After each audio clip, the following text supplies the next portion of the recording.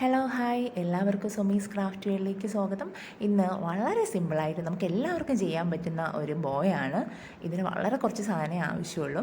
അപ്പോൾ ഞാൻ OHP transparent sheet ഉപയോഗിച്ചിട്ടാണ് ആ ഗ്ലൂ അതിൽ അപ്ലൈ ചെയ്യുന്നത്. അതാകുമ്പോൾ കുറച്ച് തിക്നെസ് ഉണ്ടാവും. നമ്മൾ കട്ട് ബീഡ്സ് ഒക്കെ വെച്ച് കഴിഞ്ഞാൽ അതുപോലെ തന്നെ അവിടെ ഇരിക്കും. ആ OHP ഷീറ്റിൽ ഞാൻ ഗം അപ്ലൈ ചെയ്തു. അതിനുശേഷം അതിലേക്ക് കട്ട് ബീഡ്സ് ഒരു ഫ്ലവർ പോലെ വയ്ക്കുന്നുണ്ട്. ഞാനിവിടെ half cut beads 4mm use ചെയ്തിരിക്കുന്നത്. ഇതിൻ്റെ അടുത്ത സൈസും ഉണ്ട്. നിങ്ങളുടെ ഇഷ്ടത്തിന് വലിപ്പത്തിനനുസരിച്ച് നിങ്ങൾക്കത് ചൂസ് ചെയ്യാം. അതിലേക്ക് ആ ഫ്ലവറിൻ്റെ സെൻറ്ററിലേക്ക് ഞാൻ കുറച്ചുകൂടെ ഒരു ഭംഗി കൊടുക്കുന്നതിന് വേണ്ടിയിട്ട് ഡയമണ്ട് സ്റ്റോണാണ് യൂസ് ചെയ്തത്. അതിനെ കട്ട് ചെയ്തെടുക്കുമ്പോഴേക്കും നല്ലൊരു ഫ്ലവർ പോലെ ഇരിക്കും.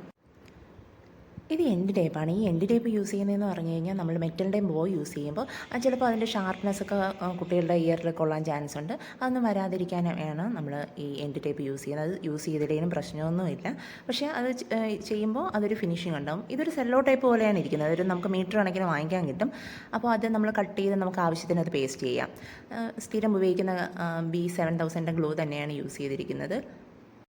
എപ്പോഴും നമ്മൾ നന്നായി ഗ്ലൂ അപ്ലൈ ചെയ്തിട്ട് വേണം നമ്മൾ അത് പേസ്റ്റ് ചെയ്യാനായിട്ട്. ഫസ്റ്റ് ഞാനൊരു ഫ്ലവർ ഒഴിച്ചു. അതിനുശേഷം ഉപയോഗിച്ചിരിക്കുന്നത് കളർ ഡ്രോപ്പ് സ്റ്റോൺസ് ആണ്. ഇത് പല കളറിൽ നമുക്ക് അവൈലബിൾ ആണ്.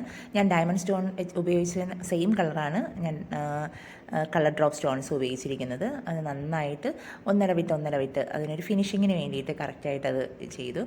അപ്പോൾ ഇതെല്ലാവരും ചെയ്ത് നോക്കണം കേട്ടോ. കാരണം നമുക്കിത് വളരെ സിമ്പിളായിട്ട് നമുക്ക് സ്വന്തമായി തന്നെ ചെയ്യാൻ പറ്റുന്നതാണ്. അപ്പോൾ ഇതെല്ലാവരും ചെയ്യാൻ ശ്രമിക്കണം. ആദ്യമായി വീഡിയോ കാണുന്നവർ കമൻറ്റ് ചെയ്യാൻ മറക്കല്ലേ, ലൈക്ക് ചെയ്യാൻ മറക്കരുത്, ചാനൽ സബ്സ്ക്രൈബ് ചെയ്യുകയും ചെയ്യണം. അപ്പോൾ ഇനി പുതിയൊരു വീഡിയോ ആയിട്ട് വീണ്ടും കാണുന്നവരെ എല്ലാവർക്കും ബൈ.